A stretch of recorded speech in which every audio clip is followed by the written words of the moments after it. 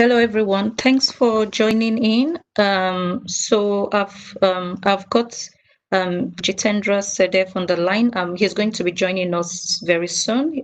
He's very excited about this opportunity to share with us, this very humble group of graduates, on how we can use social media to positively impact our brand and our image. What are the ways that we can use social media to make sure that we're being represented in a positive way? And what are the challenges of using social media within this new context, within the present situation and the present climate with regards to the issues with COVID-19 or with the issues with unemployment rates being high in Nigeria, but he's just going to focus on the areas that we can positively use social media to advance our personality and to advance our brand and our image. So let me say a little bit about Jitendra, because basically I think it's important to note that it's an honor for him to be on our platform. So he's been described by Harper's Bazaar as the most relevant voice of the social media era, and he was named Esquire's Influencer of the Year.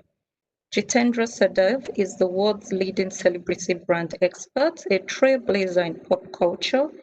He has easily become one of the most prominent figures in celebrity news and a sought-after advisor to top international companies.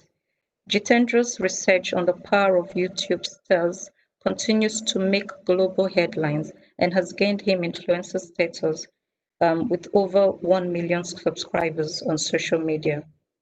He was born and raised in Bristol, England. He graduated from Oxford University before moving to Boston to attend the Harvard Business School. He began his career in advertising at Ogilvy and Mather in New York City, where he built some of the world's most iconic brands. Jitendra, his insights on celebrities, brands, and the power of YouTube stars continues to make global headlines. He has graced the pages of magazines like Vogue, GQ, and he is a familiar face on shows like Access Hollywood and CNN Tonight. And he writes opinion pieces for publications like The Guardian and Forbes. His first book, The Kim Kardashian Principle, Why Shameless Sells and How to Do It Right, was released by St. Martin's Press. The Part Memoir and Marketing Guide has become an instant New York Times, Wall Street Journal, Los Angeles Times, and Washington Post bestseller, along with reaching another 12 bestsellers list. Michael Levin at the Huffington Post names it as one of the most influential books of the year. And most recently, his new branding rules have been identified as the inspiration behind one of the most talked about advertising campaigns in recent history, Nike's new advertising campaign with Colin Kaepernick. He works alongside the United Nations to help raise awareness and promote efforts to combat modern-day slavery. He is a dual British and American national who lives in sunny Los Angeles. So, ladies and gentlemen, as you can see, we're really very fortunate to have such an international leading social media and celebrity brand consultant with us. And at this point, I think it's best that I hand this over now to Jitendra Sedef. Thank you. Chief, thank you for that introduction. Sorry, let me just unmute you. Yeah. Okay, good. You can go on. Yes.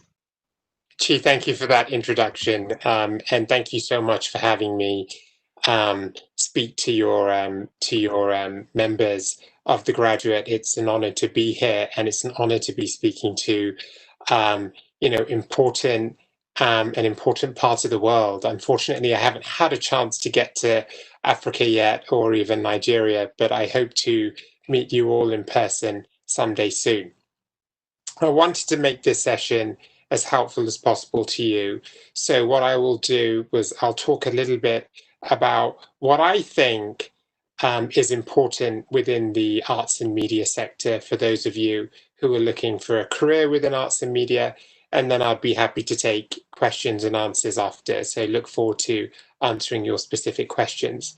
For me, I think that, you know, developing a career within the arts and media sector is a courageous challenge. You know, there are no fixed routes necessarily, unlike in many other industries. As Chi mentioned, I started off my career in a variety of different industries before I finally had the courage to say, you know what, it is actually the arts and the arts and entertainment that I actually want to be a part of. And then I obviously started working within the media. I started off my career within banking and then consulting. I then moved into advertising. And then from there, I moved into the arts and media. So that was my career challenge. So for all of you guys who, you know, want to pursue a career within arts and entertainment and within the media, there are many different ways in which you can get into it. You don't have to follow just one route. So that's one thing to bear in mind. I think the challenge today around building your personal brand, which is very important, especially within arts and entertainment, is that of authenticity. So I wanted to share with you a personal story about power and authenticity. And I hope this will be able to help. My perspective on power when I moved from the United Kingdom to the United States. Until then, I thought power was the accent that you spoke English in. So I paid special attention to Mrs. Wilson during my speech and drama classes. Or I thought it was even the universities that you graduated from. So I chose Oxford and then Harvard Business School. But it wasn't until I moved to Hollywood, of all places, the capital of arts and entertainment, was that I realized that true power was authentic power. And authentic power wasn't about how good looking you were or how much money you had or what universities you graduated from. Authentic power was the power to focus on what you believed and what you wanted to create, regardless of the blowback. It was living life to your standards and not the standards of others. It was breaking through by becoming your own champion. Authentic power was the power to be so true to who you are and what you believe at all times that you can't help but convey your DNA to everyone you touch. So this was a bit of a mind shift for me. It wasn't quite what I was expecting moving out to La La Land. Nevertheless, it was life-changing. I started thinking a lot about freedom of expression and living your life as a collective. Was I really allowed to live the life that I wanted to live and be the person that I wanted to be? Or did I need to be the person that other people needed me to be? And then I remember one day at dinner with a dear friend of mine, we spoke about coming together on these to Los Angeles. And while we disagreed on many different elements of the conversation that evening, we did agree on one thing. And that was, it was women to blame for our dilemmas. Whether that be Josephine Baker, the first Black superstar who rattled her way to stardom in a banana skirt, even though the New York Times called her a Negro wench. Or whether that be Emile Gautreau, also known as Madame X, who caused pandemonium in 19th century France by posing with a strapless shoulder, even though nudes were commonplace at that time. Or whether that be Kim Kardashian, a new world leader and a cultural force to be reckoned with, who claims that she is living her dream while others are asleep, wet dreaming of it. Her words, not mine. You know, whatever you think of these women, whether you think they're good people or bad people, whether you think they're taking the world in the right direction or the wrong direction, they all have a few things in common. They're change makers, they're rule breakers, and they're pioneers. And they also have something else in common. They've all inspired me to work harder, be better, and also want to have an impact on the world. So much so that I wrote my first book, The Kim Kardashian Principle, after them. And I would encourage you all to read the book, especially at your phases in looking out for jobs and building brands. So what can these rule makers, change breakers, and pioneers teach us about building our own brands, starting our own movements, creating our own followings, getting the attention that we need, whether that be from organizations or individuals, to actually further our careers within the arts and entertainment sector? Well, there are 5 to 6 new rules that you all need to bear in mind when you're building your brands today, when your personal brands today. So these are the sort of 6 rules that I want you to think of when you're looking to build your brands on social media, off of social media. And I've just got a question here again, and I'll answer this question. I'll answer your questions for you at the end. The first rule is around finding what's unique about you and amping it up. Okay, so for too long, we have been told to be less of who we are in order to fit in. But today, the leaders, the people who are busting through within the worlds of arts and entertainment in particular, are being more of who they are and using their uniqueness to stand out. So really try and identify what is different about you, what is unique about you. And as a result, really try and amplify that. Don't try and cover that up. Okay, bring your full self to your interviews, bring your full self to your jobs, bring your full self. That's what's going to really engage you. That's what's going to set you apart. That is your power. So find what's unique about you and amp it up. You see a lot of people on social media doing this to much success. Rule number 2 is it's better to be overexposed than edited. So for too long, we have been told to be careful about what we say and how we dress and, and everything else. And really, the opportunity today is to be very transparent and open about your passions, your beliefs, what your value system is, what you really want to do, and let people in to your intention. So we can really understand what your intention is and we can really connect with that passion, right? So it's better to be overexposed than edited. Rule number 3 is around being you-centric. Today, your ideas need to be you-centric, not audience-centric. Okay, so what I mean by that is don't always try and please other people. Look to please yourself. The arts and entertainment is about passion, it's about creativity, it's about storytelling, it's about being able to bring your personal experiences and your personal passions to the table. So look to really show what your values are, demonstrate what your values are to other people. Allow them to see what you really prize, what you really care for. Do you care for the climate? Do you have a passion for social media? Do you care for various different equality causes? So really open up about that. Don't be shy of that. Don't hide that. And if somebody aligns with your values, they're going to really bond with you. They're going to really go, you know what, this woman, this man, they get me because they have similar values. Rule number 4 is to remember that nobody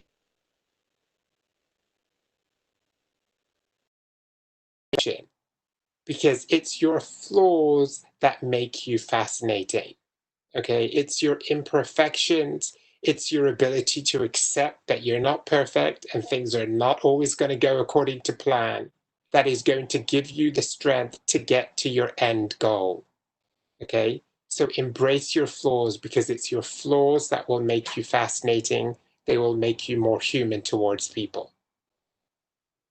Rule number 5 is about self-honesty bringing intimacy. Really don't feel afraid of letting people into your lives so that you can develop a more intimate connection with your audiences, especially across social media. Today, with social media, Instagram is a very curated platform, but it's also a platform to really let people into your lives, to show them what you do outside of work. And last but not least, and then I'll open it up to questions, rule number 6 is execute.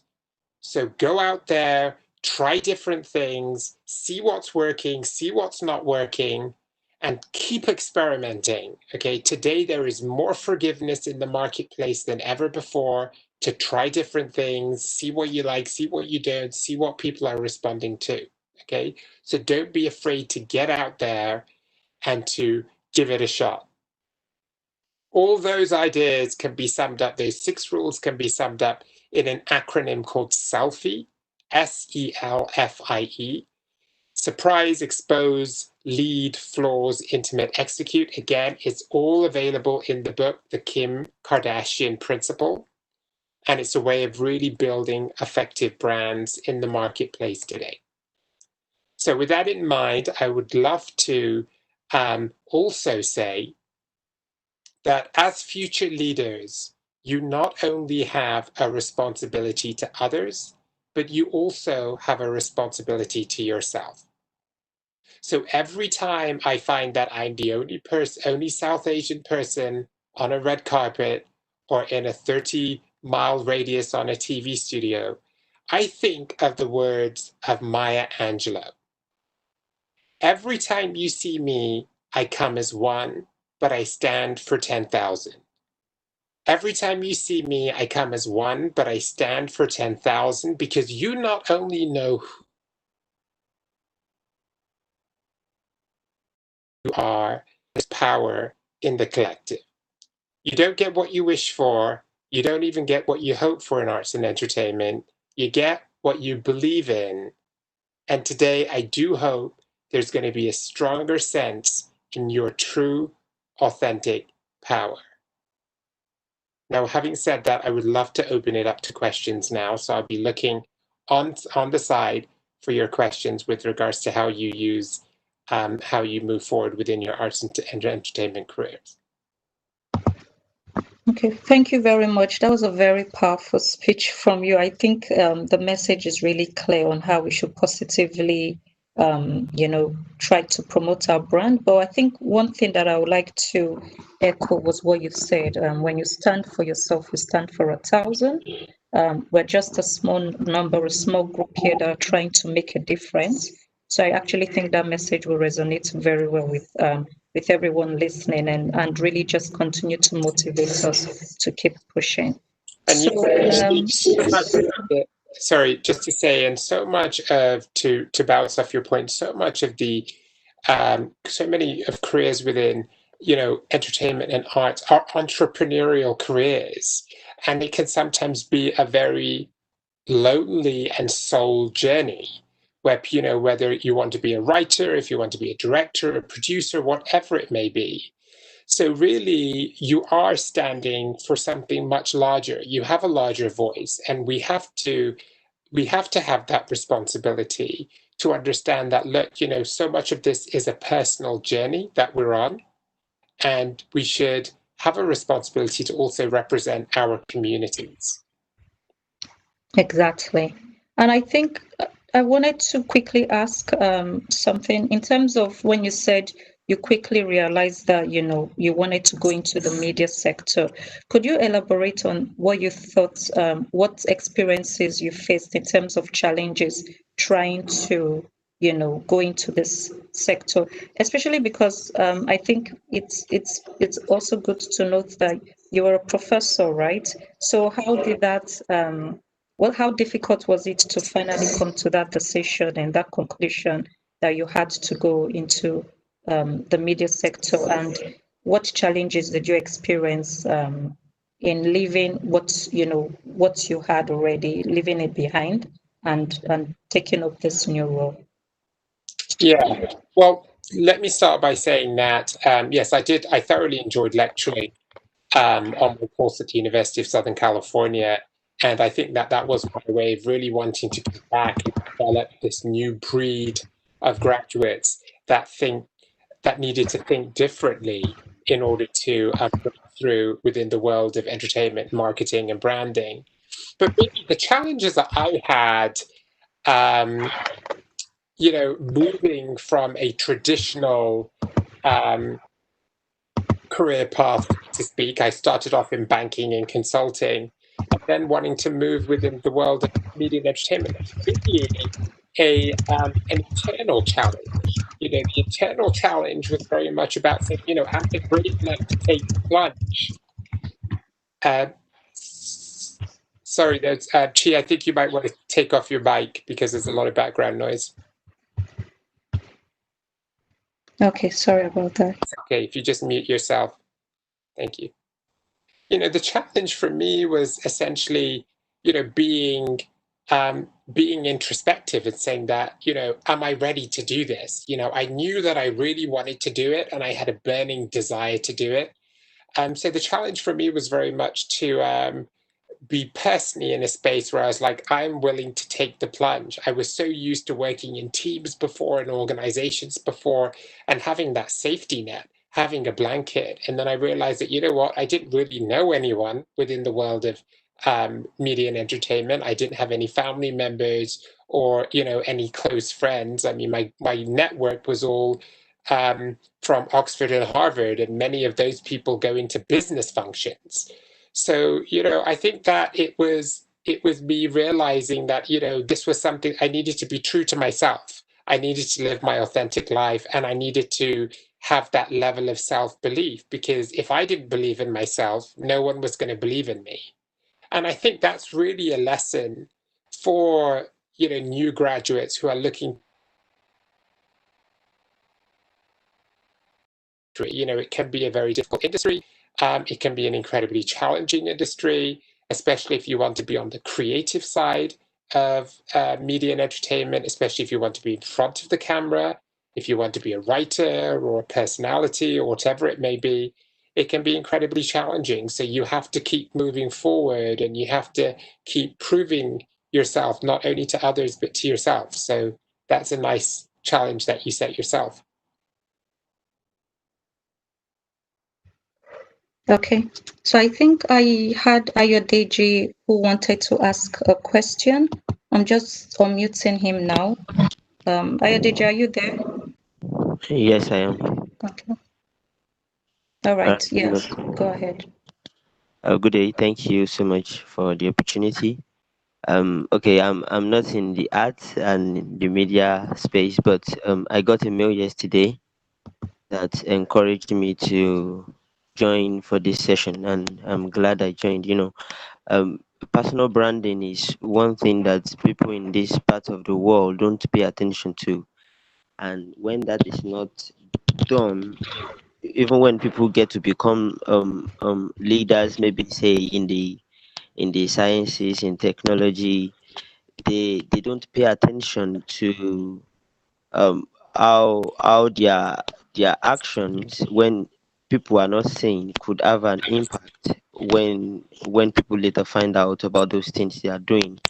And I like what you said, the quote from Maya Angelou, how that when I stand, it's not just me, I'm standing on behalf of 1,000 people, which really resonates with me and convinces me to do better.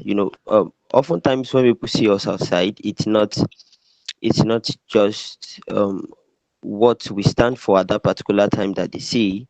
It's actually a product of what we have been doing in times when they are not there. For example, the book you have written, I was not there when you wrote the book, but if I have the opportunity, I would like to read the book. So now my question is around personal branding. Like I said, I'm in the sciences. I'm a renewable energy student. So I would like to ask,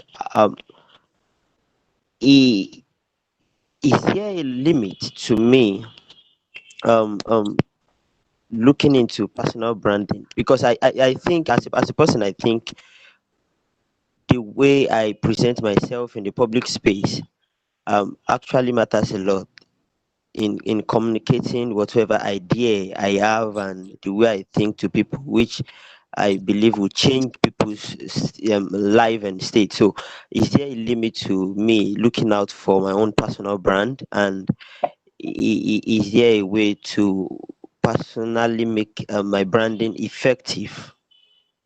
What do you mean? Is there a limit to Okay. you looking at your personal brand? All right. So what I mean is, okay, since I'm in the sciences, Are you saying the it's important? Is it that important because you work in the science industry? Is that what you're saying? I'm saying is there okay, not that it's important. I understand it's important. I'm just saying that um should somebody in the arts pay more attention to it than I do? Should somebody in the arts what? Sorry. Should somebody in the art space, maybe somebody that writes, pay more attention to personal branding than I do? Oh, well, that's what I thought you were trying to get at.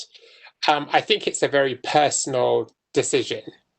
You know, I think that there are people within the science field who are, incredibly focused on building their personal brands and are renowned scientists and, astronauts and physicists and economists.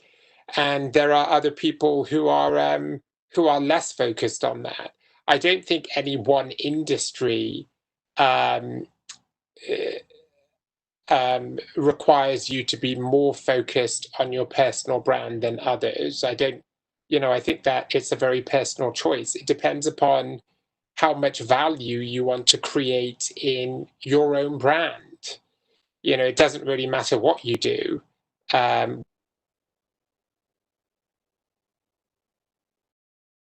much value in the brand and how can you capitalize on that value? How are you going to use that value? Does that make sense? Yes, it does. So how are you going to use it? So let's say, for example, if you wanted to be, if you wanted to um, build your brand and then use that as a way of writing a book for on science, then that would be value that you can capture. But I don't know whether you want to do that or not. So I think that it doesn't really matter whether you're a scientist or an artist. It depends upon what you're going to do with your brand. What is your plan for your brand? Why would you want to build a brand in the beginning to start with?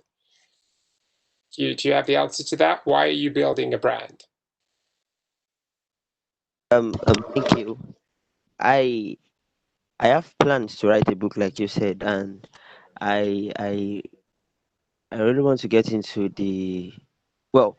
I want to get into the climate space, and I want to be at the forefront, especially in my country, to get people to be educated when it comes to climate action. So that's one reason I believe my brand needs to be well built, such that I can use that as a platform to influence people Yes. into. So if you want to build your brand to influence people, your message of, talking about climate issues and your message about talking about science is just as important as somebody else's message talking about something non-science related, maybe talking about cookery or, or something else. So the value of you building your brand is just as valuable in that standpoint, because when you build your brand, you'll build your audience and you'll build your influence. So really, when somebody says, I'm a scientist, should I be focusing that much on my brand versus somebody else? Really, the question is that you're not just building your brand, you're building your influence. And yes, your influence is just as important.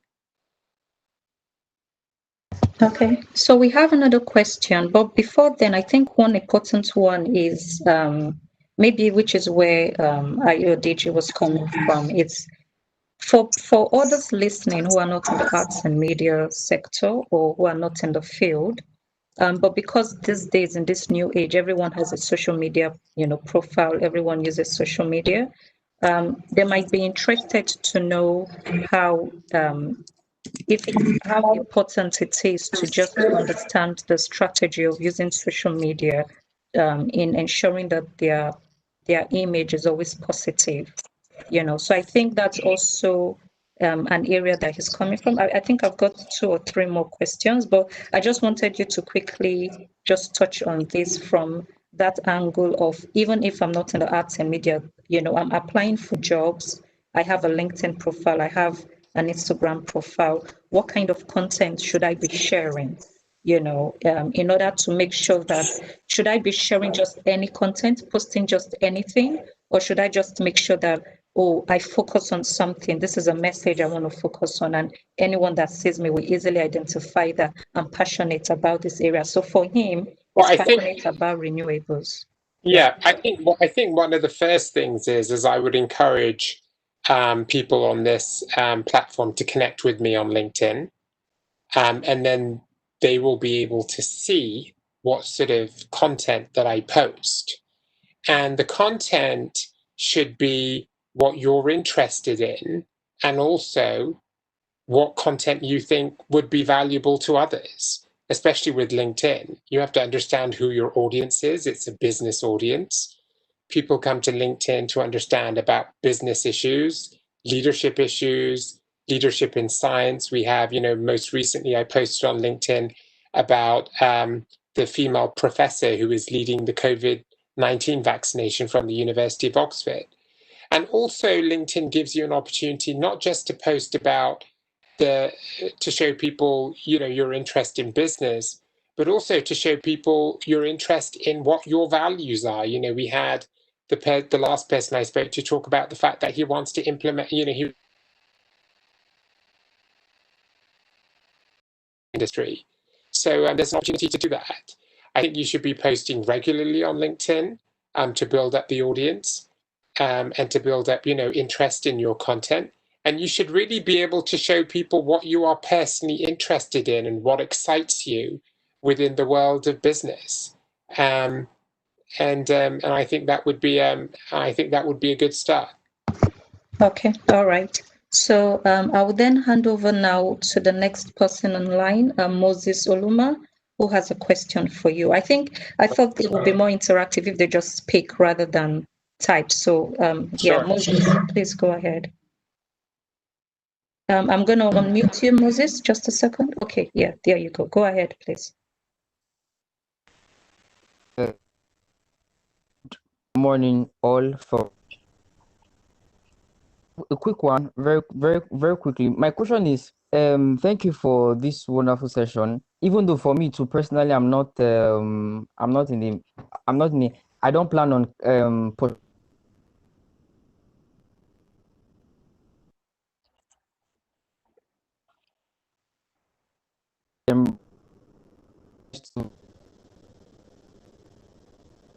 study and also for work. So my question is, after successful brand, as regards staying whom a particular period of time, it seems as if they are on top, they are everywhere, their names are on the magazines, they are on TV, they are on the billboard. At a particular time, you discover that these same persons fade out. So my question is, what are your tips in staying relevant, even in your field of work or study? That's a really good question. To keep disrupting, I think that's the answer to that question. To keep finding new ways of doing things, to keep challenging the conventions, to keep finding better ways of doing things, more interesting, unique ways of doing things. I think that's where you're going to constantly keep disrupting the convention, and you're going to constantly keep innovating. We see that within the world of technology, don't we? And on social media, we see how every sort of so often we're having new platforms come up. Instagram, Snapchat, TikTok, things are going to keep changing, things are going to keep innovating. And likewise, there's so much appetite for fresh content. There's so much appetite for unique ways of doing things. So I would think I've always tried coming at things from different angles, unique angles, try to do things differently. Don't get stuck in one way of doing things. Okay, that's a very, very right answer. And it's not just for individuals, even for companies, or for any entity. It's always, in order to remain relevant, you have to keep disrupting. you have to keep being creative and looking for more ways to engage a dynamic and ever-changing, you could say ever-changing platform. So I've got another question from Praise Nwachukwu. I've just given her now the access to the panel. So Praise, you can speak now. I'm going to unmute you. Okay, thank you so much for this opportunity. I've really gathered a lot. My question is, how were you able to get this relevance? Like whatever it is you've gathered, do you just keep building yourself, or do you bring out whatever unique ideas you have? Do you keep piling up your ideas and then a particular time you feel it's dim, you just launch out? Or with the little ideas you have, you just keep launching them out and like that? I don't know. So I'd like to hear from you. Yeah, it's a great question. Everybody works in a different way. I certainly, when I was writing my book, I had ideas that I built up and I crystallized over quite a few years before I wrote the book, The Kim Kardashian Principle. So that was more of a build-up. But that's not to say that you need to wait and wait and wait, because there's something to be said for being timely as well. And there's also something to be said for just trying things. So give yourself the flexibility to do it both ways. Give yourself that flexibility. Sometimes try things without that much hesitation. And other times you can really spend a lot of time curating, building, thinking, and so forth. That's the beauty. I don't think there's a formula for success.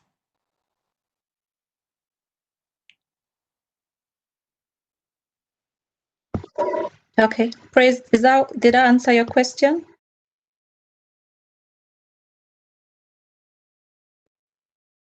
Yeah, okay, all right. So we'll move on. There's no formula for success, because you never really know what would work and what would not work. No formula for success, guys, ladies and gents. Yeah, I think another question that someone has just sent privately to me, because they didn't want to come on with the bandwidth, was they're asking for those who are interested in being able to write a book, if you can just talk briefly, give us tips on how to, you have the idea. So for them, what they're saying is, you have the idea, you kind of know what you want to write, but how do you overcome writer's block, or that initial, resistance or friction before you start, and then it starts flowing?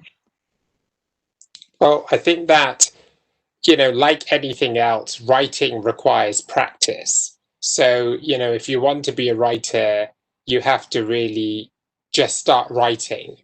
And once you start writing, that's when it will become hopefully easier to know how to do things quickly, how to overcome writer's block, and so forth. I mean, I think we've all faced writer's block. I faced writer's block many times during writing my book, and I had many different ways of overcoming it.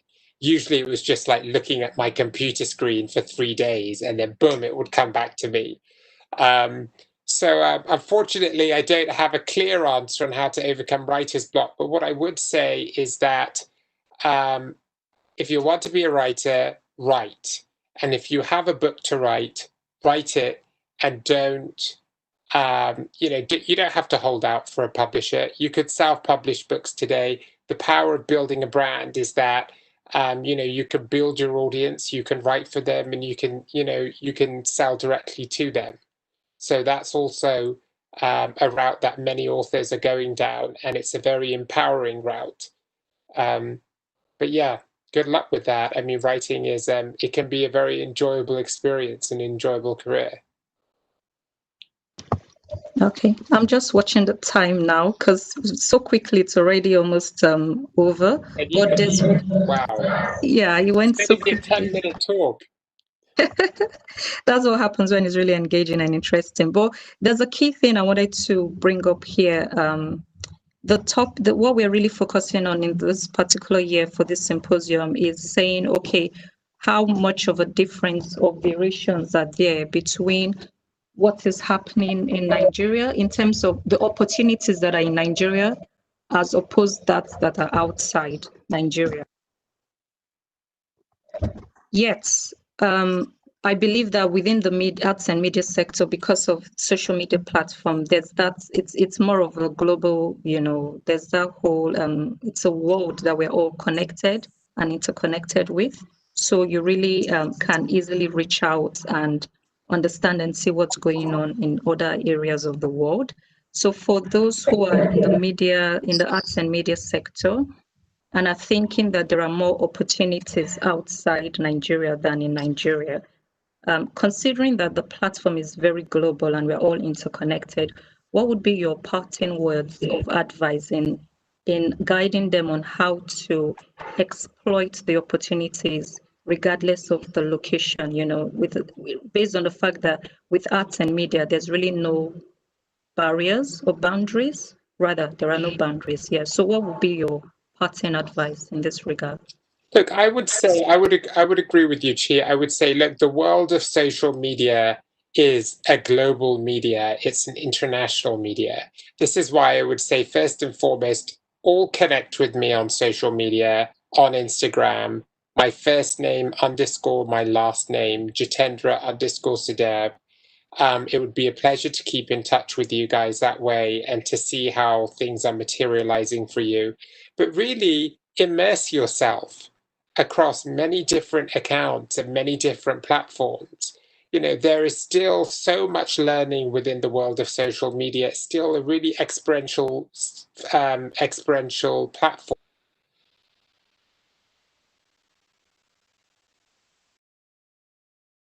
Be brave, get out there things, and be creative. Yeah, so we should just be out there and not try to think that the opportunities within wherever we are different from the opportunities that are outside. So it's also worth noting that we can definitely draw on experiences and look at and get inspiration from what other people are doing regardless of where they are, and try to see how we can apply those same formats or blueprints within where we are at this point. Yeah. Absolutely. So I think before you leave, we'd like to know more about the book in terms of, for anyone who is interested in, purchasing it, and also if perhaps there might be an opportunity to visit Nigeria when this is all over to do like. I would love to do that. I would love to do that. I think that the whole pandemic stuff has disrupted many people's travel schedules. I have the opportunity to visit multiple countries every year, so this is an unusual situation for me. But absolutely, I mean, Nigeria in particular is absolutely on my list. Yes, I look forward to seeing you all there in person when I'm there. Okay, and pending that, when what are the ways of for one to purchase your book? And then online, anywhere really, it's available everywhere. So anywhere online they would be able to get it to you, not a problem, across your major retail platforms out there. Okay, all right. So that's it, I think, from us here. It's really been a very engaging experience and a session. I think the takeaway is that obviously social media has a lot of power, and it all depends on how we use it. And at the end of the day, we should also remember that based on the group of people we represent, the way we use it is not just speaking for us personally, but also speaking for the group of people we represent. And then lastly, you've also talked about, as per the questions, how it's not just useful to those who are in the arts and media sector.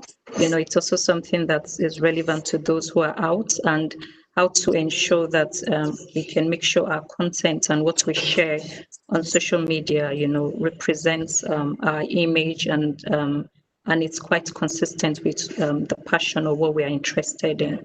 So I think that, in a way, is sum up of everything that you've said, which is really, I think, what we were hoping to get out of this session. So on behalf of Yeah. Iconic Nigeria, we're really very, very grateful to you for volunteering your time, because obviously it's a very humble platform. I know we've talked already about this, but you volunteered your time to just come and sit down with a small group and talk to us, which is something that we're very appreciative of. My pleasure. Yeah. So thanks again. And I guess, till next time, we would try to make sure that, we get anyone that is interested, we just share your social media handles with them. And we'll be following you to see what's next for you. Fabulous. Yeah. All right. Look forward to staying in touch, everyone. All right. Thanks, everyone. Thank you.